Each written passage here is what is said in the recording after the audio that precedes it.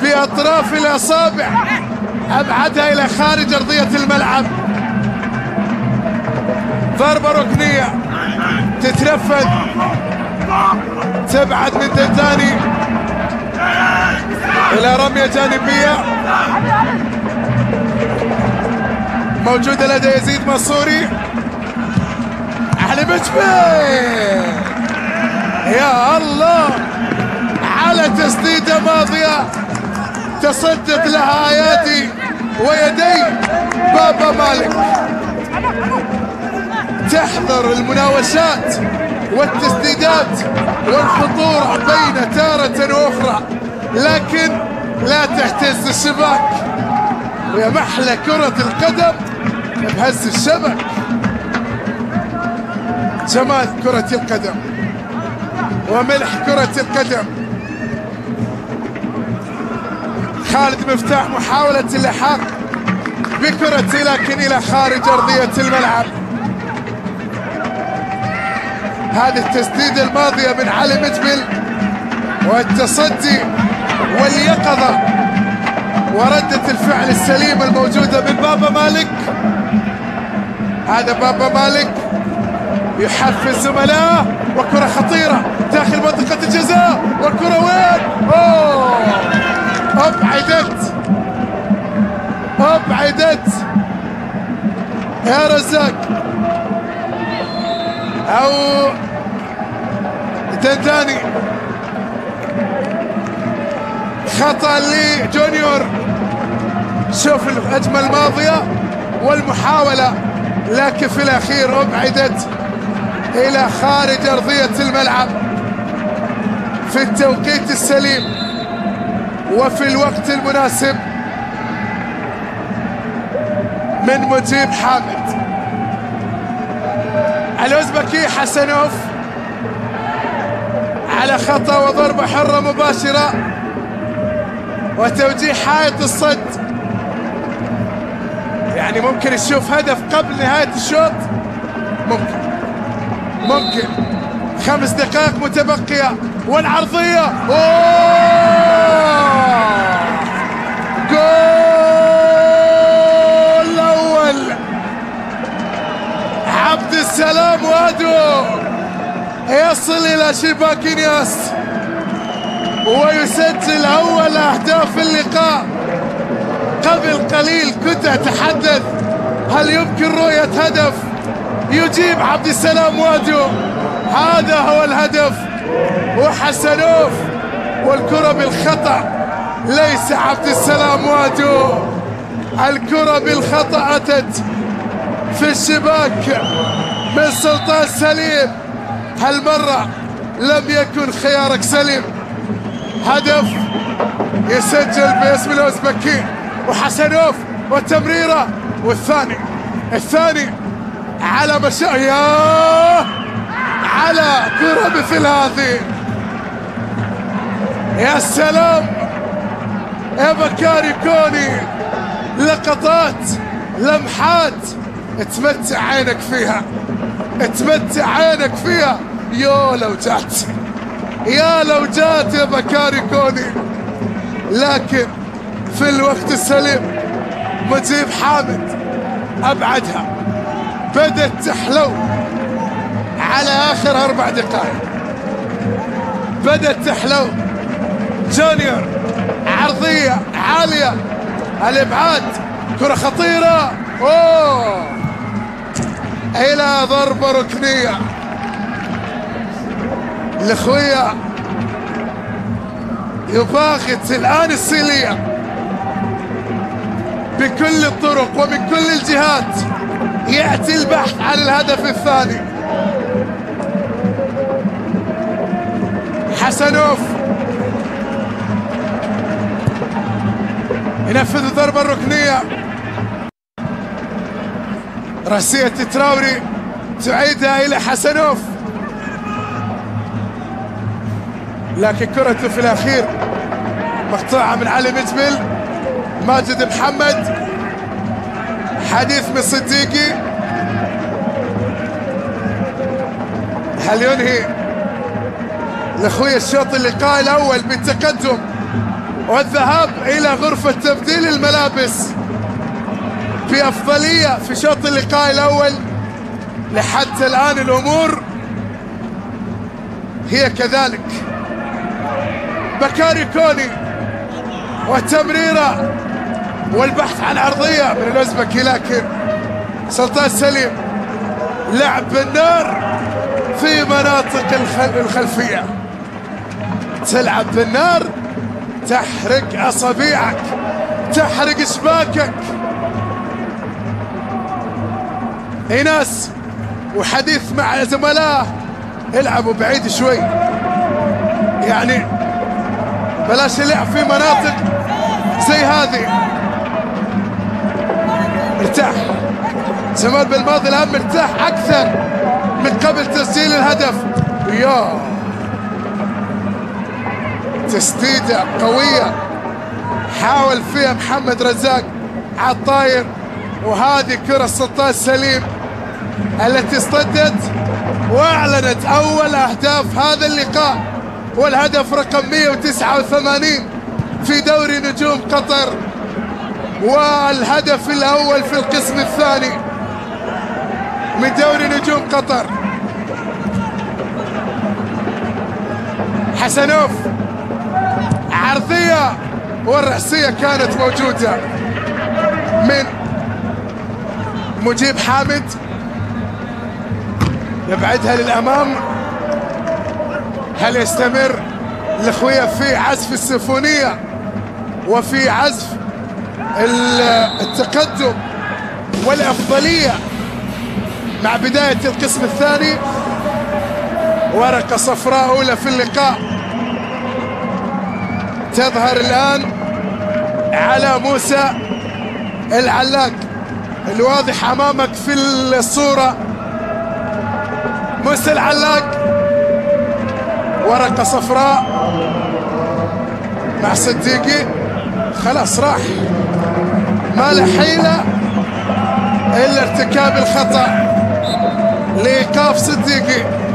خطأ يتنفذ، كرة عالية لكن شاردة واردة. بابا مالك موجود، عبد السلام وادو في اشتراك يقول له تكلم يا بابا مالك، يعني يقول انا راح اخذ الكرة، لكن لم يكن فيه تفاهم في اللقطة الماضية، لذلك اتى التصادم. مرزوقي وسط الملعب، خالد مفتاح. الدقيقة الأخيرة من الوقت البدني الضايع متابعينا مشاهدينا على قناة الدوري والكاس من شوط اللقاء الأول، والتقدم للأخوية على سيليا في افتتاح القسم الثاني. في إشارة من حكم المساعد الأول السيد محمد عبد العليم بأن الكرة لمصلحة الأخوية. شوف زمال بالماضي الجزائري، وفي مطالبة للرمية الجانبية الماضية.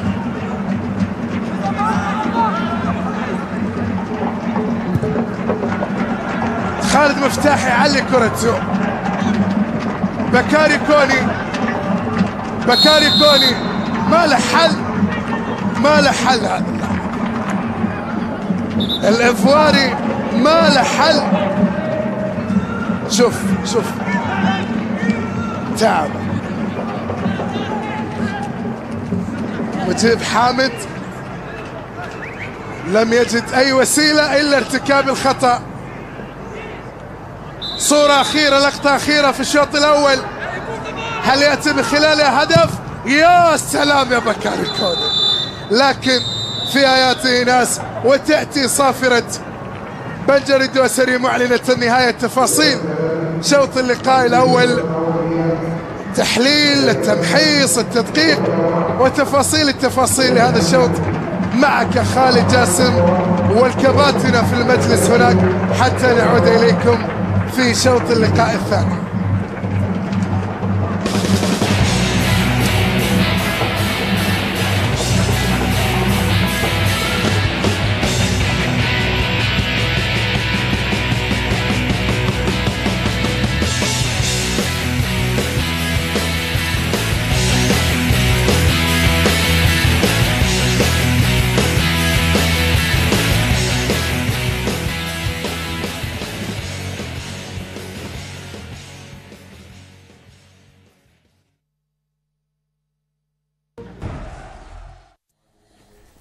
إذا نادي الأخوية يتقدم مع نهاية الشوط الأول هدف مقابل لا شيء، وكابتن خليل الزياني 1-0.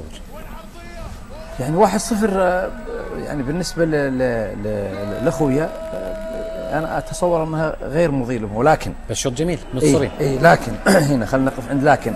اليوم السلية في تنظيمها الدفاعي ترابطه، يعني يمكن تكون الشيء الملاحظ أخطاء الحارس فقط، ولكن كانوا متماسكين، حتى قاموا بكم من هجمة. علي كاد يسجل، يعني أعتقد أنها لهم هجمات محدودة جدا، ولكن كانت له مقاومة أسميها مقاومة، وهذا اللي يفترض أن يكون عليه السلية في الشوط الأول.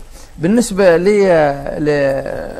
لأخويا لعب مثل السلية 4-2-3-1، دندني على اليمين، حسنوف على اليسار، بكاري خلف رزاق غايب اليوم ما شفناه بشكله. بكاري كان يتحرك أفضل، حسنوف تحرك بشكل جيد وفعل الجهة اليسرى. دندني كاد أن يسجل هدف ولم يسجل. جونيور ويا كريم كانوا منضبطين داخل الارتكاز. دفاعهم صارت له ربكة شوي، وكاد ديغانو يسجل هدف من خطأهم، وكانت هي عرضية من علي مجبل. يعني تقدر تقول يعني شوط خلينا نسميه، حتى وإن كان له سيطرة ميدانية لأخويا، إلا أن السلية يعني قدموا لمحات في الشوط الأول. أنا أتصور أنها فترة التوقف كان لها تأثير، حتى شفنا الأخويا اليوم السرعة قلت، التركيز قل، التمريرات المتقنة قلت، التحركات تبديل المراكز قل، هجومهم وفعاليته لم نرى. صح لهم محاولات، ولكن محاولات ما كانت مركزة، فبالتالي الأخوي افتقد شيء كثير من أنا سمعت من أخوي ماجد أنه في دورة النجوم اللاعبين الأجانب أعطوهم إجازة، فأعتقد هذا له تأثير، لأن اليوم اللاعبين بس إذا على كلام إبراهيم أنه يعني التركيز قل عند الأخوية وما شابه ذلك، ليش إحنا نقول شوط جميل كان؟ خالد هو شكل ما قال هو شوط جميل في محاولات، في نديه، برغم السيطره تقريبا السيطره الهجوميه فقط للاخويا، لكن السيطره الميدانيه السليم قدم شغل جيد، لان خاصه قانم ويزيد ارتكاز ويساعدونهم صديق وماجد وعلي مجول يساعدوه في وسط الملعب، عكس الاخويا اللي دندني وحسنوف ما يرجعون ابدا في النص، تاركين الوسط فقط لجونيور وكريم يقتلون الست اللي عليهم، وهذا الاخطاء فيه في وسط الملعب الاخويا يجب ان يتدارك.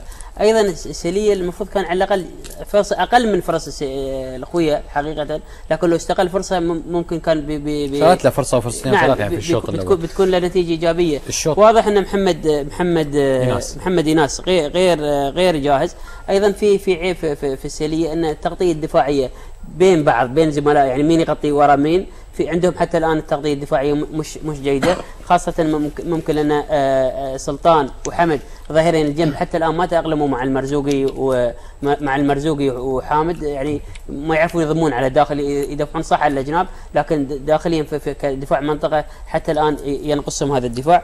مباراه الصراحه كبدايه دوري وكاول مباراه في الدوري جميله، تنم على ان فيها نديه برغم الفارق النقطي بين الاخويا كمتصدر وبين السليه اللي عنده 13 نقطه. خالد سلمان الاخويا ممكن يضيفون في الشوط الثاني وكيف؟ اي خالد اول شيء في الشوط الثاني راح يكون حتى الريح موجود مع الاخويا، وهذا شيء مساعد اكيد بالنسبه للاخويا، بالنسبه للتسديد خارج منطقه الجزاء، ولا بالنسبه حتى للوصول للمرمى باقصى يعني باقل نقلات راح يكون موجود. خالد الإحساس بالمباريات بعد التوقف دائما ما تكون المباريات في البداية تكون بهذا الشكل، ما يفقدها شيء واحد اللي هي السرعة في بناء الهجمة مش موجود. تفعيل الاطراف اللي الاخويه